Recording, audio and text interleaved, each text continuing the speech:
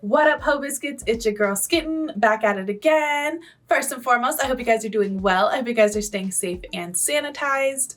Last time we were here with Extra History, it was for the first episode of their Queen Nzinga series. I'm pretty excited to get into the second one, but before that, I do want to reassure you that I will be dragging Chavez by the ear, sitting him in his chair, and potentially tying him to it so that we can finish the freaking History of Beer series that we started, I want to say like 6 months ago.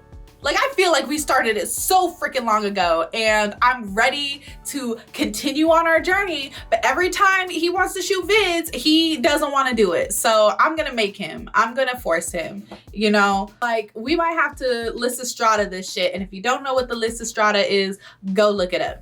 I'm super excited to see what this video has in store for us, so without further ado, let's go ahead and get started. Angola Hari is a man beset by terrible odds. On one side stands the people of his country, right, furious that he's allowed the Portuguese to make a mockery of their pride. On the other, the Portuguese themselves wait with their restrictions and rules, demanding that he enact their policies.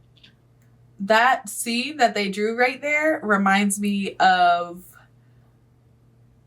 Order of the Phoenix when Dolores Umbridge is hanging up all their educational decrees. That's what that looked like. And I don't know if that was a deliberate reference or not, but it made me happy to see. A ruler in name, but in truth a servant of colonial powers. He knows that he is their pawn. Muzzled but dog. He'll also do everything they ask. He'll give up his wives, the traditions of his people, and accept baptism from Catholic priests. Wow. Anything to ensure his safety.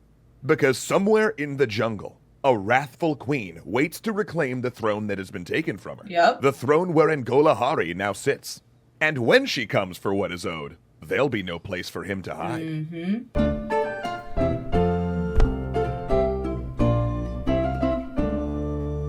Queen Nzinga had become the first West African ruler to truly challenge the Portuguese expansion. But her defiance was not without consequence. Right. Nzinga's adversaries, infuriated by the fact she'd proven far less pliable than they'd hoped, ousted her and installed Angola Hari in her stead.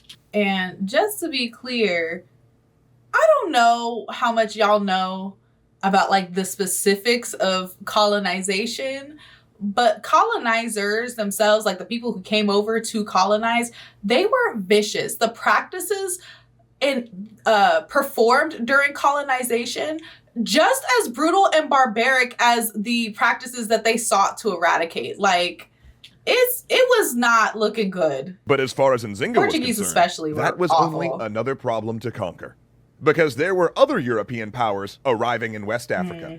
Powers that were rivals to the Portuguese and could counterbalance their dominance, like the Dutch. In fact, the nearby Kingdom of Congo had already enlisted Dutch aid in fighting back. Smart. Nzinga quickly dispatched ambassadors to force a secret alliance with the Congo and their new Dutch allies. Enemy of my and enemy. emboldened by this partnership, she moved her base of operations to begin preparing an assault on her old enemies. But that relocation meant assuring that local lords acknowledged her rule. And those who did not, she burned to the ground. Ooh. As whispers of her victory spread, Angola Hari's influence crumbled. Yep. Provincial leaders withdrew their support, pledging fealty to Nzinga. So furious were the ensuing conflicts between Nzinga's allies and the Portuguese, and so bloody the aftermath, that news of her successes reached the ears of Portugal's monarchy. Oof. This queen had become more than an annoyance. Yep. She was a genuine threat. She coming too. So in 1645, the King of Portugal sent an official to Angola with orders to retake the nation. A small show of force to demonstrate the might of the Portuguese Empire. Unfortunate. But instead of news of victory, he received chilling dispatches. Nzinga devastated the Portuguese force. And what Sorry. I am so sorry. received but chilling dispatches. Nzinga the artistic choice. The artistic choice to represent her enemies as small, dead heads with their eyes crossed out is really fucking funny to me. Oh my god, why did y'all draw it like this? devastated the Portuguese force. and what forces remained were pinned down, trembling in their fortifications. Yeah, this is the bad for Portuguese y'all. wanted to maintain hold on West Africa, they would need to commit to a decisive move. Yeah. And quickly. You better do something. Nzinga's spies warned her of the oncoming fleet. Okay. An army of thousands was about to land on her doorstep. The largest enemy force she'd seen in her lifetime. Right. And while her spy networks did learn of her enemy's plans, the oncoming battle was still too much to endure, Right. and her attempted defiance fell to pieces. The Portuguese simply had too much firepower, too many soldiers. She couldn't fight a war of attrition against such odds. Okay. They seized her royal archive, exposing her spy network and revealing the alliance with Congo and the Dutch. Yeah. And also, one of the captives they took was Nzinga's own sister. Oh, It hell was personal no. now. And as other rulers had already learned, you do not make things personal with Queen Nzinga. Right. Retreating to safe ground, she revamped her strategy. Direct confrontation was ineffective. The enemy was just too strong. Guerrilla so she went back warfare. to what she knew.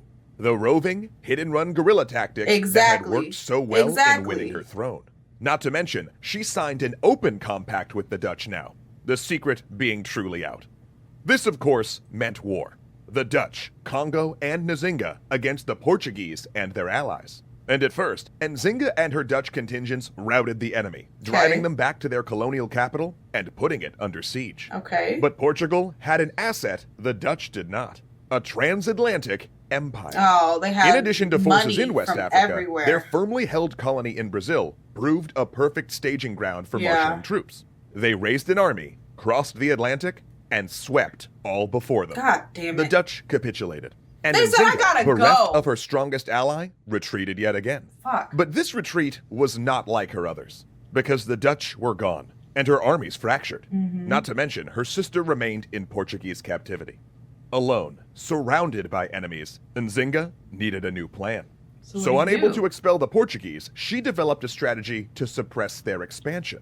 The first tactic was political and economic. She maneuvered the remains of her forces between the Portuguese and the lands where they conducted slave raids. And second, she reached out to Catholic missionaries in Angola, claiming she wanted to replace local traditions with Catholic beliefs. And they believed her, didn't they? Now, whether this newfound piety was sincere is hard to say. Right. But if it was an act, it was a convincing one. Catholic missionaries became enthralled with Nzinga, some even volunteering to serve as her political intermediaries in Africa and Europe. Okay. Whether moved by Nzinga's embrace of their faith, or simply relieved to see their enemies so humbled, the Portuguese opened peace negotiations. In 1656, they freed her sister, Okay, and, she gets her after sister many back. long years, acknowledged Nzinga as the undisputed ruler of Matamba. And that is when Nzinga changed tactics yet again. Hey, because now that okay. she was at peace with Portugal, she could finally settle old scores. The Umbengala, the marauding warrior society that had sheltered her brother, were still operating. Oh. Nzinga had mixed opinions of them, Got it. sometimes even enlisting them as allies when they weren't fighting for the Portuguese. But it was time to end that dance. She said, "I'm finna get my lick back. Y'all thought I forgot because it's been so long. I ain't forget, homie. I don't forget nothing. I forget nothing." Despite being old enough to be a great-grandmother to some of her soldiers, she personally led a campaign into their lands, decapitated their leader, and brought his head to the Portuguese governor.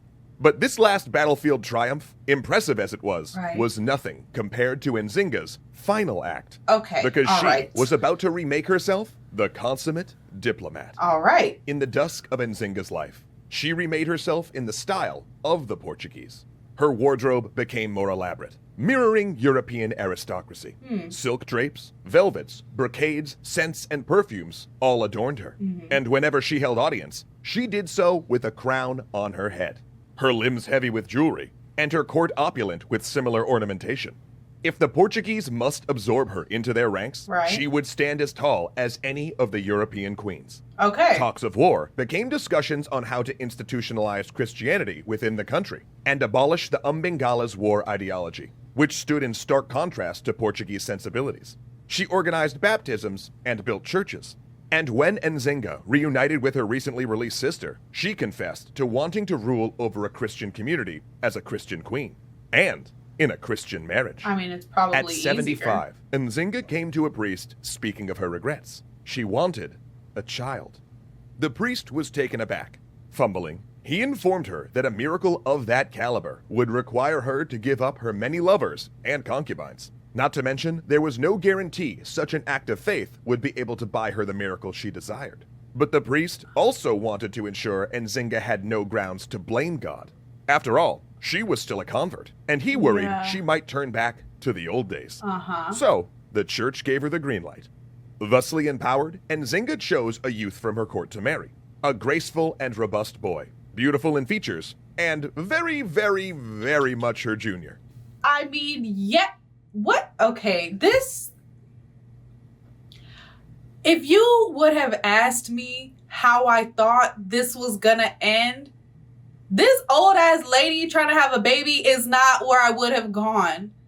This warrior turned I'm so... Okay, all right. She became a, what's the word? Septuagenarian, and was like, but I want a baby. Like, girl, you... Then, on the day of her wedding, she baptized one of her own captains, so her sister would also have a Christian man to marry. And she capped off the ceremony by urging the assembled guests to embrace Christian monogamy. Now, to this day, most historians don't really know what to make of this. Right. Was this sudden talk of weddings and childbirth the whim of an eccentric, powerful woman? Or was it an elaborate farce, constructed as a joke at the expense of the Portuguese and the church? Right. Regardless, after the wedding, Nzinga went back to transforming Ndongo Matamba into the Christian empire she said she'd dreamed of, founding churches and reopening new channels of communications with Europe. Her cultural campaign, along with her record of military victories, had shielded her lands from foreign occupation. Right. And even on her deathbed, she begged her counselors to continue her efforts, to ensure that the country became what she hoped it would be, and to allow a priest to bury her in the Christian manner. And so passed Queen Nzinga, a woman who, despite being one of the best documented rulers in early modern Africa, still presents a puzzle. Never heard of her. BT dubs. Never, like, stuff like this is never taught in American schools. Her record, from ambitious noble to guerrilla fighter to consummate diplomat to religious reformer, is still haunted by myths conjured by her enemies. Not to mention a few constructed by Nzinga herself. Right. In Matamba, she had built a state on equal footing with the burgeoning Portuguese colony, and in doing so, created a legacy of pride and self-rule that people still celebrate in modern Angola. They've printed coins in her image and made films of her exploits. And in the city of Luanda, where her opulent embassy met the Portuguese, stands a bronze statue of one of the first to fight for Angola's freedom. A nice-ass Queen statue. Nzinga. This is not to be like disrespectful or to discount her efforts, you know, as an early queen, but it just sounds like she sold out for the power. Like she figured out that, like, if I say that I want to convert and I do all this shit, the Portuguese will finally back the fuck off. And also, you know, Christianity at that time, I mean forever, but at that time especially, was centered around obedience, right? Like faith, it was faith as obedience to the word of God, and obedience to those who are said to speak for God, right?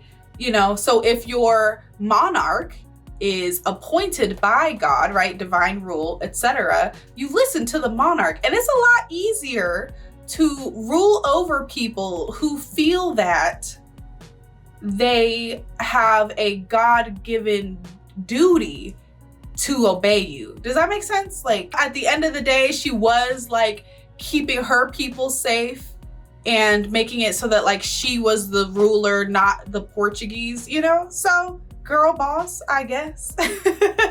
This was very informative. I actually really enjoyed it. I'm looking forward to doing more extra history. Like I said earlier, I will be making sure that Chavez finishes that beer series with me, or die trying. Don't forget to leave your reaction requests and recommendations down in the comments below. And other than that, peace out, Hope Biscuits. It's Skittin' Lit.